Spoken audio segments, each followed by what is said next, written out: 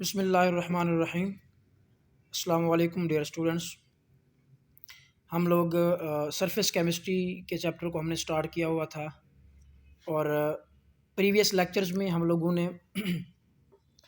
Adsorption का phenomena discuss किया, उसके मॉडल्स को, एडजॉर्प्शन आइसोथर्म को, और साथ में दूसरा टॉपिक उसमें कैटालिसिस को स्टडी किया था। आज के इस लेक्चर नंबर 7 में हम अपने कोर्स कंटेंट का तीसरा टॉपिक है हमारे पास, जो एक सरफेस फिनोमेना है जो सरफेस केमिस्ट्री के अंदर आता है, वो है कोलाइड्स। हम लोग इसमें देखेंगे कि कोलाइड्स क्या होती हैं, इनको कब इंट्रोड्यूस करवाया गया और क्या इनकी प्रॉपर्टीज़ होती हैं, इनकी फिर क्लासिफिकेशन पढ़ेंगे और लास्ट में कोलाइड्स की कॉमन लाइफ में एप्लीकेशन को हम इस लेक्चर में देखेंगे। तो सबसे पहले हम ये देखते हैं कि कोलाइड्स की हिस्ट्री क्या है, कब जो है वो कोलाइड्स बने, सबसे पहले कोलाइड्स का कंसेप्ट किसने दिया। तो यहाँ पे वो ये बात करता है कि सबसे पहले थॉमस ग्राहम ने 1861 में उसने ये चीज़ स्टडी की, एक प्रोसेस को स्टडी किया। वो कोई काम कर रहा था तो उसने ये देखा कि अगर हमारे पास कोई सोल्यूशन हो, हम सोल्यूशन बनाते हैं डिफरेंट चीज़ों का, ठीक है, जिस तरह सिंपल हम वाटर के अंदर शुगर को मिक्स कर दें तो ये एक सोल्यूशन बन जाएगा, साल्ट को मिक्स कर दें, यूरिया को, सोडियम क्लोराइड को, इनको मिक्स कर देते हैं, ये सॉल्ट्स हैं, तो हमारे पास एक सोल्यूशन बनता है। थॉमस ग्राम ने कहा कि कोई भी डिज़ाल्व सब्सटेंस, यानी आपने यूरिया को डिज़ाल्व किया हुआ है, आपने शुगर को, किसी भी चीज़ को, सॉलिड पार्टिकल को आपने अगर डिज़ाल्व किया हुआ है, तो हर डिज़ाल्व सब्सटेंस की ये एबिलिटी होती है कि वो सेमी परमिएबल मेम्ब्रेन में से पास हो जाते हैं। वो सेमी परमिएबल मेम्ब्रेन में से पास होकर वाटर के अंदर क्या हो जाती हैं, डिफ्यूज़ हो जाती हैं। मतलब कहने का ये है कि अगर हमारे पास एक बर्तन के अंदर, एक बीकर के अंदर वो डिज़ाल्व सब्सटेंस मौजूद है, डिज़ाल्व उसका सोल्यूशन है, और साथ में हमने दरमियान में कोई एक परमिएबल मेम्ब्रेन लगा दिया। परमिएबल मेम्ब्रेन आप जानते हैं क्या होती है कि जो सेलेक्टिव परमिएशन की परमिशन दे आपको, यानी उसमें से कुछ पार्टिकल्स पास हो जाते हैं, कुछ नहीं हो जाते। सिंपल आप जो यूज़ करते हैं, जाली टाइप होती है, आप छानने के लिए, डिफरेंट चीज़ों को छानने के लिए, डिफरेंट साइज़ की, रेंज के, डिफरेंट किस्म की वो छाननी जो होती है, क्या होता है, वो यूज़ होती हैं। तो इनको हम सेमी परमिएबल मेम्ब्रेन कहते हैं कि वो जिस मकसद के लिए, जिस चीज़ के लिए बनी है, सिर्फ वो उन्हीं पार्टिकल्स को, उसी एक साइज़ रेंज के पार्टिकल्स को वो अपने में से पास होने देते हैं, उनमें से वो पास हो सकते हैं, हर चीज़ उसमें से पास नहीं हो सकती। तो उसको हम नाम देते हैं semi permeable. Semi mean selective, ठीक है। तो अगर सेमी परमिएबल मेम्ब्रेन हमने दरमियान में रख दी, एक साइड पे प्योर वाटर है और एक साइड पे हमारे पास डिज़ाल्व सब्सटेंस मौजूद है, तो थॉमस ग्राम ने ये चीज़ नोट की कि जो डिज़ाल्व सब्सटेंस है उनके अंदर ये एबिलिटी होती है कि वो उस सेमी परमिएबल मेम्ब्रेन में से गुजर कर उस अपने सोल्यूशन वाले पार्ट में से प्योर लिक्विड की तरफ क्या हो जाएंगे, चले जाएंगे। डिज़ाल्व सब्सटेंस की बात हो रही है, ठीक है। तो डिज़ाल्व सब्सटेंस, आपने एक इसका रिवर्स प्रोसेस होता है, आपने ऑस्मोटिक प्रेशर पढ़ा होगा, ऑस्मोसिस होता है। ऑस्मोसिस में प्योर जो वाटर है, जो सॉल्वेंट है, वो प्योर सॉल्वेंट मूव करेगा toward solution, from dilute to concentrated solution solvent move करता है। यहाँ पे हम सॉल्वेंट की मूवमेंट को नहीं देख रहे, यहाँ पे हम ये चीज़ देख रहे हैं कि हमारे पास एक साइड पे अगर प्योर सॉल्वेंट है, दूसरी साइड पे सॉल्यूशन है, तो सॉल्यूशन के अंदर जो सॉल्यूट के पार्टिकल्स हैं, जो डिज़ाल्व सब्सटेंसेस हैं, उनकी ये एबिलिटी होती है कि वो डिज़ाल्व सब्सटेंसेस अपने उस सॉल्यूशन में से डिफ्यूज़ होकर परमिएबल मेम्ब्रेन के ज़रिए से किस में चले जाएंगे, प्योर वाटर के अंदर, सॉल्वेंट के अंदर। तो उसने ये देखा, थॉमस ग्राहम ने, उसने कहा कि हर चीज़ नहीं पास हो सकती।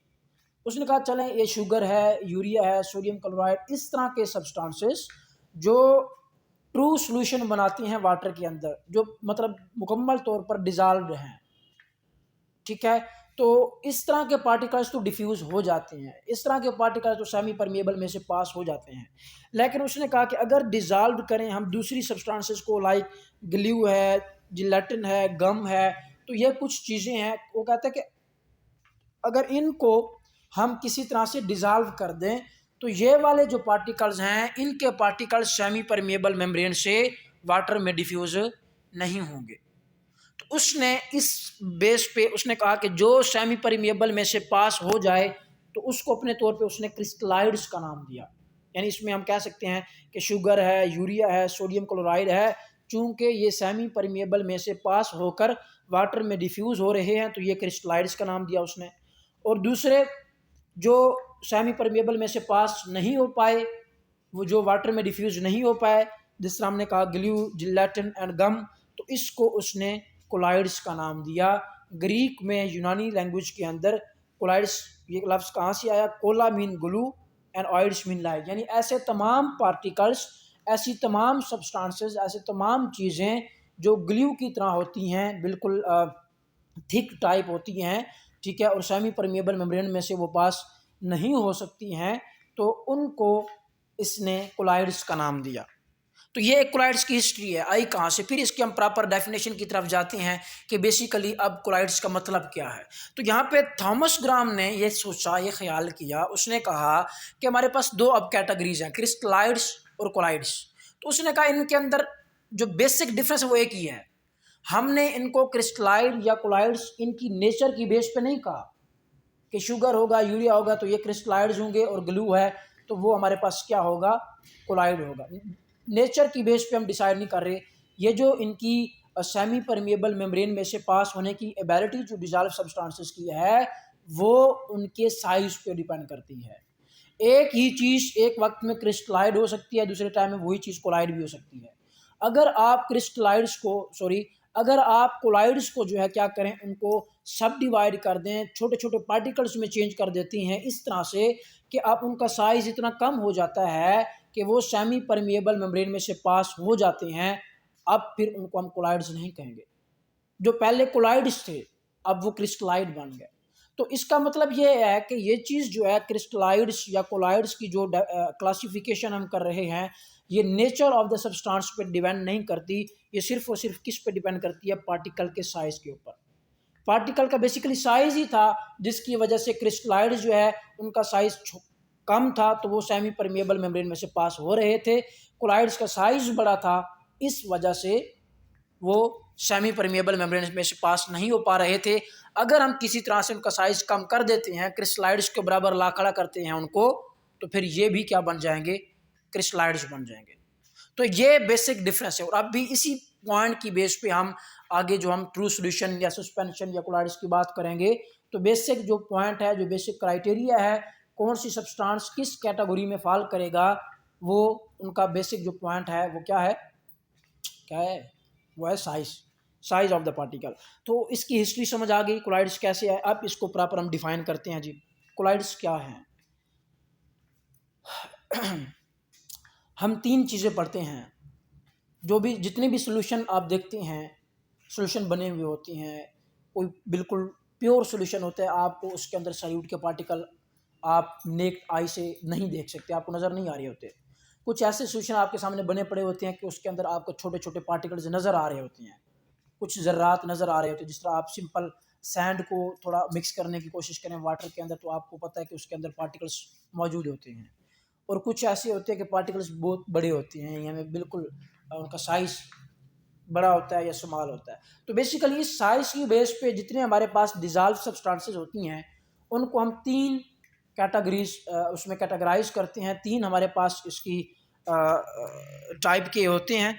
एक है true solution, number 2 suspension and number 3 colloids. तो कोलाइड बेसिकली डिज़ॉल्व सब्सटेंसेस में से इसकी एक टाइप है जिसको हमने स्टडी करना है। तो इसको अगर कोलाइड्स को आपने समझना है तो उसके लिए आपको ट्रू सॉल्यूशन का पता होना चाहिए और पता होगा। अब तक अगर ट्रू सॉल्यूशन का नहीं पता तो खैर, उसके बाद दूसरी चीज़ क्या होती है? सस्पेंशन। और तीसरी चीज़ है हमारे पास कोलाइडल सॉल्यूशन या कोलाइड्स या कोलाइडल डिस्पर्शन। इसको रीड करने से पहले थोड़ी सी मैं आपको स्केच दिखा दूं, आपको क्लियर हो जाएगा कि इसको हम किस बेस पे, हम किसी को सस्पेंशन कह रहे हैं, किसी को हम सॉल्यूशन कह रहे हैं, किसी को हम कोलाइड कह रहे हैं। तो ये डायग्राम आपके सामने है। ट्रू सॉल्यूशन वो होता है कि अगर आप सॉल्वेंट के अंदर सॉल्यूट को डिज़ोल्व करें और वो मुकम्मल तौर पर उसके अंदर हल हो जाए, आपको सिंपल देखने से पार्टिकल सॉल्यूट के नज़र ही ना आए। अगर किसी तरह से पार्टिकल का साइज़ हम फाइंड करें भी तो पार्टिकल्स का साइज़ इतना स्मॉल है कि वो 1 एंगस्ट्रॉम के बराबर होता है। 1 एंगस्ट्रॉम आपको पता है 10⁻⁻10 मीटर के बराबर है, जो कि बहुत ही स्मॉल साइज़ है। तो ये एक स्केच, एक आपको कंसेप्ट क्लियर करवाने के लिए यहाँ पे दिखाया गया। देखें यहाँ पे जो डिजॉल्व सब्सटेंसेस है उनका साइज़ इतना कम है, स्मॉल साइज़ है, 1 एंगस्ट्रॉम के करीब है। दूसरी चीज़ है सस्पेंशन। सस्पेंशन क्या है कि अगर आपने सॉल्वेंट के अंदर सॉल्यूट को डिजॉल्व तो किया, कुछ हद तक वो डिजॉल्व हो गया, लेकिन पार्टिकल्स अभी भी उसके अंदर मौजूद हैं, वो मुकम्मल तौर पर उसके अंदर डिजॉल्व नहीं हुए। जो उसके अंदर आपको सस्पेंशन, जो पार्टिकल, जो ज़र्रात नज़र आ रहे हैं, उनका साइज़ 2000 एंगस्ट्रॉम के बराबर है, इस रेंज में है। तो साइज़ बहुत बड़ा है। यहाँ पे भी आपको एक स्केच दिखाया गया है, तो आपको नज़र आ रहा है, देखिए इसमें बहुत स्मॉल पार्टिकल्स का साइज़ है, इसमें इतना साइज़ बड़ा हो गया। अब हमने जो पढ़ना है कोलाइड्स क्या होती हैं, वो these are intermediate between true solution and suspension. जो कोलाइड्स हैं, कोलाइडल सोल्यूशन हम उसको कहेंगे जिसके अंदर हमारे पास जो पार्टिकल का साइज़ है वो 10 एंगस्ट्रॉम से लेकर उसका रेंज हम पढ़ते हैं 2000 एंगस्ट्रॉम तक। अगर पार्टिकल्स का साइज़ है, जो डिस्पर्स्ड हमारे पास पार्टिकल्स आ रहे हैं, उनका साइज़ 10 एंगस्ट्रॉम टू 2000 एंगस्ट्रॉम के बराबर हो, तो उस सोल्यूशन को हम कोलाइडल सोल्यूशन कहेंगे। यहाँ पे आपको नज़र आ रहा है कि इनमें पार्टिकल्स का साइज़ ना तो इतना स्मॉल है कि वो ट्रू सोल्यूशन बन जाए, ना इतना जो है वो लार्ज है कि वो सस्पेंशन बन जाए, इन दोनों के इन बिटवीन है। तो देखें हमने यहाँ पे जिसको कोलाइडल कहा, ट्रू कहा, सस्पेंशन कहा, किस बेस पे कहा, size of the dispersed particles की बेस पे। तो इन साइज की बेस पे हम इनको इस तरह 3 कैटेगरीज में डिवाइड करते हैं। ठीक है जी, बात क्लियर हो गई। तो यही इसमें बेसिक फ़र्क है। अब यहाँ पे आप इसको थोड़ा सा रीड करें तो ट्रू सोल्यूशन जिस तरह शुगर है या साल्ट का वाटर में सोल्यूशन बनाएं, सॉल्यूट के पार्टिकल्स उसके अंदर डिस्पर्स हो जाते हैं इस तरह से कि एक सिंगल मालिक्यूल के तौर पे, आयन्स के तौर पे बिल्कुल उसके अंदर अलग अलग मालिक्यूल्स, अलग अलग आयन्स होते हैं, वो बिल्कुल डिस्पर्स हो जाती हैं। ये नहीं होता कि 5-6 पार्टिकल्स इकट्ठे होकर वहाँ पे एक बड़ा सा पार्टिकल बना के, नहीं। आप साल्ट जितना भी डालेंगे, साल्ट का एक एक मालिक्यूल अलग अलग फॉर्म में वहाँ पे मौजूद होगा, उसका साइज़ फिर इतना स्मॉल हो जाता है कि हमें नज़र ही नहीं आता। वो फिर 1 एंगस्ट्रॉम टू 10 एंगस्ट्रॉम की रेंज में आ जाता है। तो अगर 1 एंगस्ट्रॉम से 10 एंगस्ट्रॉम की रेंज तक है, यहाँ पे भी आपको दिखाई गई है 1 to 10 वाले ट्रू सोल्यूशन, 10 to 2000 वाले कोलाइडल सोल्यूशन, और 2000 से अबव वाले हमारे पास क्या होंगे, सस्पेंशन होंगे। तो ठीक है जी, ये आपको क्लियर हो गया कि ट्रू सोल्यूशन क्या होता है, कोलाइडल सोल्यूशन क्या होता है, और सस्पेंशन क्या होती है। अब हम नेक्स्ट मूव करेंगे कोलाइड्स की बात हम, क्योंकि हमारा जो टॉपिक है, हमारा जो मेन कंसर्न है इसके अंदर वो कोलाइड्स है, हमने कोलाइड्स को ही डिस्कस करना है। तो कुछ एग्जांपल्स कोलाइड्स की पढ़ लेते हैं और फिर इसकी डिटेल में जाएंगे। तो इसमें वो कहता है कि the colloidal particles are not necessarily corpuscular in shape. हाँ जी, यहाँ पे देखें आपको नज़र आ रहे हैं कि जितने भी पार्टिकल्स इसके अंदर हैं ये किस शेप में, स्फेरिकल शेप में। इसको पार्टिकल शेप या कार्पस्कुलर शेप भी कहते हैं। ये इसकी स्फेरिकल शेप है। तो वो ये कहते हैं कि लाजमी नहीं है कि उसी को हम कोलाइडल सोल्यूशन कहेंगे जिसमें पार्टिकल्स स्फेरिकल शेप में हों, कार्पस्कुलर शेप में हों, और उनका फिर डायमीटर या उनका जो साइज़ है वो 10 एंगस्ट्रॉम से 2000 एंगस्ट्रॉम के दरमियान हो, तो वो कोलाइडल सोल्यूशन कहलाएगा। ये ज़रूरी नहीं है। बाज़ औक़ात इस तरह के भी पार्टिकल्स हैं, जब हम उनको सॉल्वेंट के अंदर मिक्स करते हैं तो क्या होता है, सॉल्वेंट के जो पार्टिकल्स हैं उनकी शेप रॉड शेप भी हो सकती है, स्फेरिकल भी हो सकती है, डिस्क लाइक भी हो सकती है, थिन फिल्म्स भी हो सकती हैं, या लॉन्ग ट्यूब्स की फॉर्म में, लॉन्ग फिलामेंट्स की फॉर्म में भी उसके अंदर पार्टिकल्स मौजूद हो सकते हैं। तो वो सारे के सारे क्या कहलाएंगे, कोलाइडल सोल्यूशन कहलाएंगे। तो फिर हम साइज़ कैसे उसका मेजर करेंगे, हम क्या उसके डायमीटर की बेस पे कहेंगे कि अगर डायमीटर 10 to 2000 एंगस्ट्रॉम के दरमियान हो तो वो कोलाइडल सोल्यूशन कहलाएगा। रॉड है तो क्या हम उसकी लेंथ मेजर करेंगे, तो क्या हमारे पास ये तो मसला बन गया। हमने डायमीटर लेना है, रेडियस लेना है, उसकी लेंथ लेनी है, उसका जो है वो सरकमफेरेंस की बेस पे डिसाइड करना है। तो वो ये कहता है, जो अब आकर एक प्रॉपर कोलाइडल सोल्यूशन की डेफिनेशन बनती है, वो हमारे पास क्या है कि कोई भी सिस्टम, कोई भी सोल्यूशन ऐसा, हम उसको कोलाइडल सोल्यूशन कहेंगे, हम उसको कोलाइडल डिस्पर्शन कहेंगे, या सिंपल कोलाइड्स कहेंगे, जिसमें मौजूद डिस्पर्स्ड फेज मीन उसके अंदर जो पार्टिकल डिज़ाल्व हैं उन डिज़ाल्व पार्टिकल्स की शेप चाहे जो मर्जी हो, उनका साइज किसी एक डायमेंशन में 10 टू 2000 आंगस्ट्रम की रेंज के दरमियान होना चाहिए। किसी भी डायमेंशन में, किसी एक डायमेंशन में, किसी एक डायमेंशन का मतलब या उसकी लेंथ इस रेंज में आ जाए, उसकी विड्थ इस रेंज में आ जाए, उसकी थिकनेस इस रेंज में आ जाए, कोई एक चीज़। यानी रॉड है तो ऑब्वियसली हम उसकी लेंथ को ज़्यादा मेजर करेंगे, अगर स्फेरिकल है तो हम फिर उसका डायमीटर विड्थ लेंगे। तो यही बात वो यहाँ पे करता है कि एट लीस्ट किसी एक डायमेंशन में उसका जो साइज़ है या उसकी लेंथ इस रेंज में हो या उसकी विड्थ या उसकी थिकनेस जो है वो 10,000 angstrom to 10 angstrom to 2000 angstrom के दरमियान में अगर आ रहा है तो वो वाला सोल्यूशन हमारे पास क्या कहलाएगा? कोलाइडल सोल्यूशन या कोलाइडल डिस्पर्शन या सिंपल कोलाइड कहलाएगा। तो होप सो आपको कोलाइड का कंसेप्ट अब बिल्कुल क्लियर हो गया होगा कि कोलाइड्स क्या होते हैं। नेक्स्ट हम मूव करेंगे एक कोलाइड को बनाने के लिए, जिस तरह हम कहते हैं कि एक सोल्यूशन को बनाने के लिए क्या चाहिए, दो चीज़ें चाहिए, एक सॉल्यूट और एक सॉल्वेंट। जब आप किसी सॉल्वेंट में सॉल्यूट को मिक्स करते हैं और वो मुकम्मल तौर पर एक होमोजीनियस मिक्सचर बना देता है तो उसको हम डिफाइन करते हैं, that is called a true solution. इसी तरह अगर आपने कोलाइड बनाने हैं तो कोलाइड्स के लिए हम अब सॉल्यूट और सॉल्वेंट की टर्म तो यूज़ नहीं कर सकते, तो इसमें हमारे पास हम दो टर्म यूज़ करते होते हैं, एक है डिस्पर्स्ड फेज और एक है डिस्पर्शन मीडियम। ये दो चीज़ें कंपलसरी हैं एक बाइनरी कोलाइडल सॉल्यूशन के लिए। तो आपको नाम से ज़ाहिर है, यानी यहाँ पे सिंपल आप यूँ कह सकते हैं कि सॉल्यूशन में जिस चीज़ को आप सॉल्वेंट कह रहे थे यहाँ पे उस चीज़ को आपने डिस्पर्शन मीडियम कहना है। एक सॉल्यूशन के अंदर जिस चीज़ को आप सॉल्यूट कह रहे थे कोलाइड्स की सूरत में उसी चीज़ को हमने डिस्पर्स्ड फेज का नाम देना है। सिंपल सी बात है। जिस तरह मैं कहता हूँ कि मैंने ग्लू को मिक्स किया वाटर के अंदर, उसका एक कोलाइडल सॉल्यूशन बनता है मेरे पास, तो इसमें जो ग्लू के पार्टिकल्स होंगे वो डिस्पर्स्ड फेज होंगे। और जिस चीज़ के अंदर वो डिस्पर्स्ड हुए हैं वाटर के अंदर मैंने कोलाइडल सॉल्यूशन बनाया, जिस तरह हम पेंट्स को बनाते हैं वाटर के अंदर या ग्लू के अंदर, उसके अंदर पानी डालते हैं चूने का वो पेंट वगैरह करने के लिए, वो कोलाइडल सॉल्यूशन होता है। तो उसके अंदर जो चूना है उसके जो पार्टिकल्स हैं जो आपने वो डाला या पेंट डाला या जो ग्लू डाली, ये डिस्पर्स्ड फेज हैं। लेकिन जिस चीज़ के अंदर आपने उसको डिस्पर्स किया हुआ है, जो बल्क में चीज़ मौजूद है, जो सॉल्वेंट के तौर पे हम उसके साथ रिलेट करके समझने के लिए कह सकते हैं, इन ट्रू सेंस वो सॉल्वेंट नहीं है, तो उसको हम क्या कहेंगे? That is called dispersion medium. तो ये दो चीज़ें, ये दो बातें आपको क्लियर होनी चाहिए। उसके बाद नॉर्मली वो कहता है कि हम जितने भी कोलाइडल सॉल्यूशन बनाते हैं उसके अंदर डिस्पर्स्ड मीडियम यूज़ करते हैं वाटर को। तो अगर डिस्पर्स्ड मीडियम वाटर होगा तो उस कोलाइडल सॉल्यूशन को हम क्या कहते हैं? सोल, ठीक है, और उसको हाइड्रोसोल कहेंगे। वैसे कोलाइड्स का दूसरा नाम सोल भी है, ठीक है, कोलाइड्स का दूसरा नाम सोल भी है। तो अगर वाटर हमारा डिस्पर्शन मीडियम होगा तो उसको हाइड्रोसोल कहेंगे या एक्वासोल भी कह सकते हैं। नॉर्मली कोलाइडल सॉल्यूशन के अंदर डिस्पर्स्ड फेज हमारे पास सॉलिड होती है, यानी सॉलिड के पार्टिकल्स होते हैं सॉल्यूट टाइप, और डिस्पर्शन मीडियम नॉर्मली लिक्विड होता है।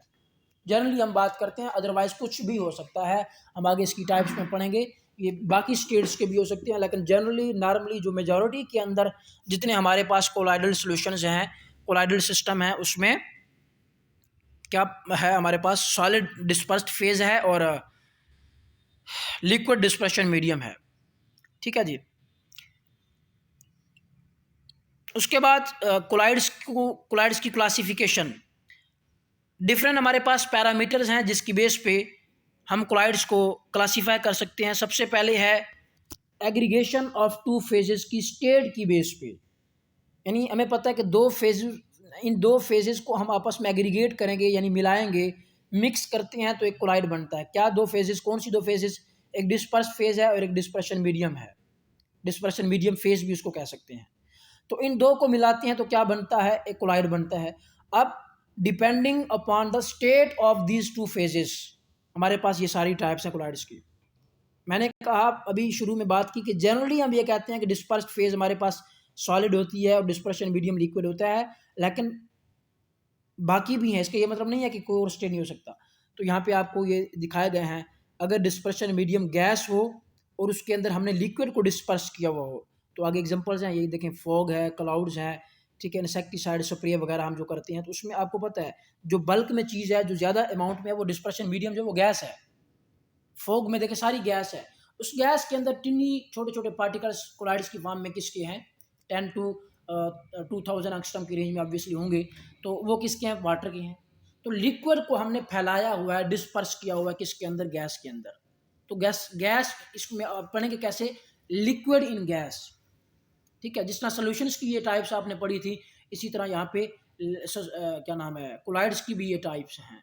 इसी तरह गैस डिस्पर्शन मीडियम, उसके अंदर सॉलिड पार्टिकल, स्मोक में आप देखते हैं धुआं वगैरह, इसमें सारी गैस है, लेकिन छोटे छोटे पार्टिकल्स किसके हैं, सॉलिड फॉर्म में, वो जो इम्प्योरिटीज़ उसके अंदर मौजूद हैं, डस्ट के पार्टिकल्स हैं। डस्ट जो तूफान वगैरह जब आता है, आंधी आती है, तो उसमें क्या है, सारी गैस है, हवा है, एयर है, लेकिन उसके अंदर जो आपकी आंखों में चीज़ जाती है वो क्या होती है, वो डस्ट पार्टिकल्स हैं, वो इम्प्योरिटीज़ हैं, वो सैंड के पार्टिकल्स भी हो सकते हैं। तो अगर वो इस रेंज में, साइज़ की इस रेंज में आ रहे हैं 10 एंगस्ट्रॉम टू 2000 एंगस्ट्रॉम की रेंज में, तो वो हमारे पास कोलाइड्स की टाइप में आएगा। तो इसी तरह बाकी भी 8 टाइप्स में ये सारी हर फेज़ के साथ, जिसमें डिस्पर्शन मीडियम की और डिस्पर्स्ड फेज़ की जो स्टेट है उसको चेंज करके उसने कोलाइड्स की ये टाइप्स बनाई हैं। तो this is the classification of colloids on the basis of state of these 2 phases. Next फिर जो इसकी क्लासिफिकेशन है, टाइप्स हैं, उसको फिर हम नेक्स्ट लेक्चर में देखेंगे। नेक्स्ट लेक्चर में आप इसकी क्लासिफिकेशन को भी स्टडी करेंगे और इंशाल्लाह इसकी जो कोलाइड्स की एप्लीकेशंस हैं उसको भी हम इसके पार्ट 2 के लेक्चर में देखेंगे। तो इस लेक्चर में कोई क्वेश्चन है, कोई कन्फ्यूजन है, तो आप डिस्कशन क्लास में पूछ सकते हैं।